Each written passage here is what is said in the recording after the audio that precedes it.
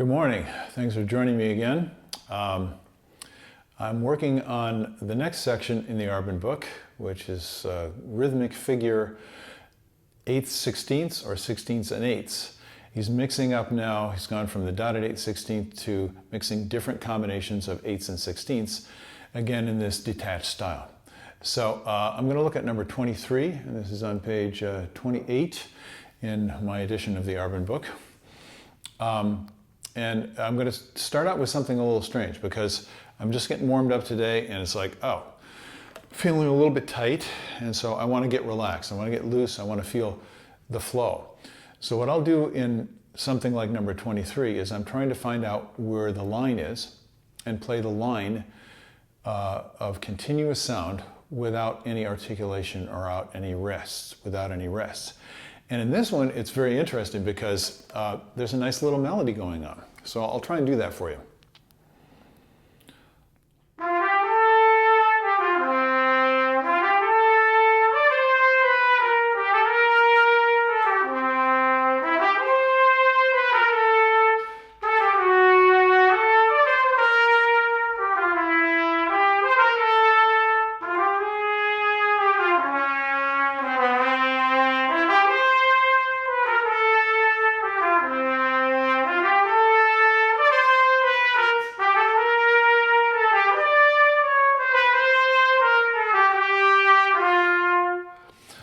Wow, that's kind of a nice little tune.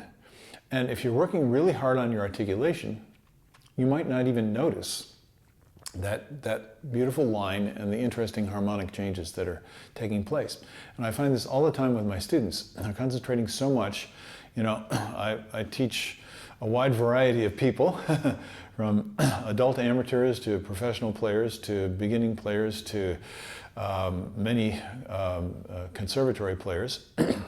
And especially when you're being trained to play in an orchestra, articulation becomes a real focus for a lot of our teaching, and that's because you have to be you have to have very clear, extremely well-defined articulation sounds in the orchestra, because the trumpet is one of the only instruments, the brass instruments are some of the only instruments other than percussion that can produce those kinds of instantaneous bursts of sound.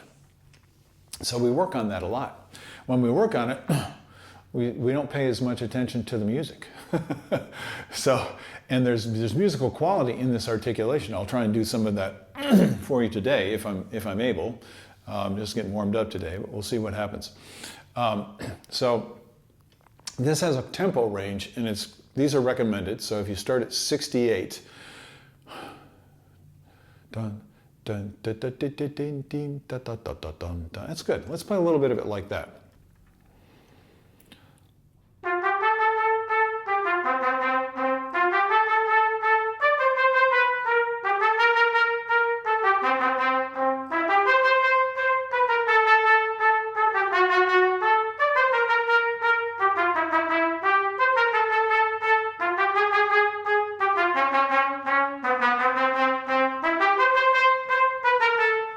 So you get the idea.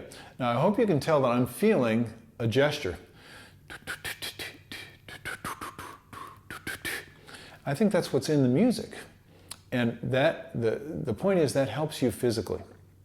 If you let it go, instead of trying to go, you're going, now you have a flow. It's kind of like, some of you older folks may know the famous episode from I Love Lucy where she and her friend got a job in a chocolates factory, and the conveyor belt is carrying this chocolates, and they get into a crazy situation where the chocolates start going by too fast. Well, these notes are kind of like the chocolates on the conveyor belt. The conveyor belt's moving along at whatever speed, and you have these little so concentrate on the conveyor belt and the speed, and see if you can remain fluid and relaxed and not get choppy. Getting choppy with the articulation is one of the biggest problems. So I hope some of these ideas are helpful to you. Sorry for that diversion into chocolate. I haven't eaten yet today, and so I guess I must be getting hungry. So what I'm trying to do is enjoy the line. Now, a very, very important point when you're working on this stuff is what we will tend to do as players is develop certain skills for playing articulation and then certain skills for slurring. And actually we want the flow skills, the movement of the air, the support of the air, the focus of the air, the movement of the air through the mouth, the air stream you might call it, to be exactly the same whether we're slurring or tonguing. And when we're slurring, we might make certain compensations to make the slurring easier, and when we're tonguing, we might make certain adjustments without realizing it. This is unconscious stuff in order to make the tonguing easier. And what you need to do is bring those two things together. So a strong recommendation that if you followed my few episodes on the Clark studies is I recommend slurring and tonguing and going back and forth. And this is something that many teachers recommend.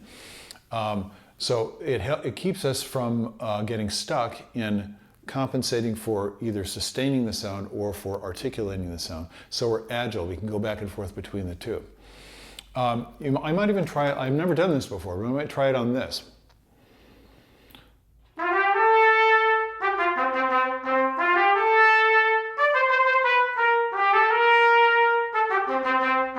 Yeah, it's interesting. Immediately I can feel I'm a little bit more tight, a little bit more holding on in my throat a little bit. My tongue is a little bit tight. Da, da, da, da, da, da, da, da, da, da, da, da. If you feel that, if you notice that, that's what you have to work on. You can really improve your playing tremendously if you just balance it, equalize it. So the feeling that you're looking for, the air stream, the air support, the air focus, the flow is exactly the same. And yes, with your tongue, you get a little bit of resistance to that flow.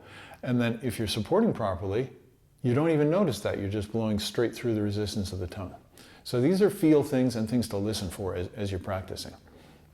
So I hope some of this stuff is helpful to you. And I think if you just concentrate on a few things at a time, it's really gonna give you a lot of fun in doing this, and you won't get overly burdened and frustrated. Don't put too much demand on yourself.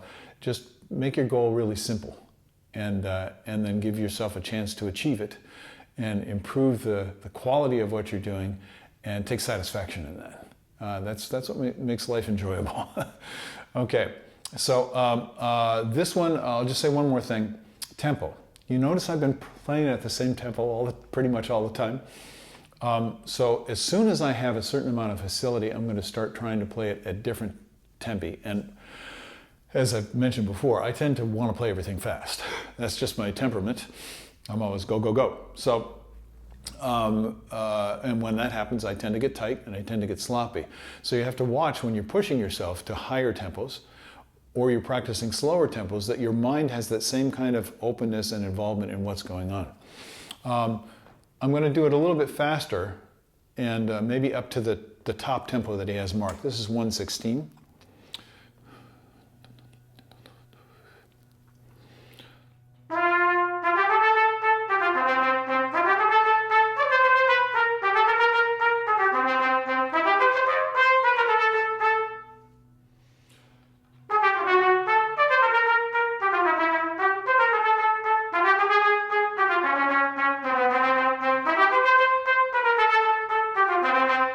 So that's kind of fun. Now I was using a K. I was going, so I was doing double tongue much of the time. If I do it single tongue,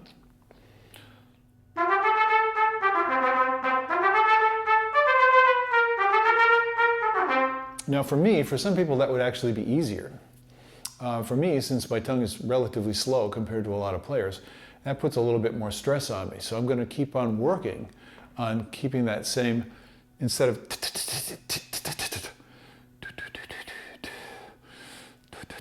letting the tongue and the throat and the blower kind of relax and settle in.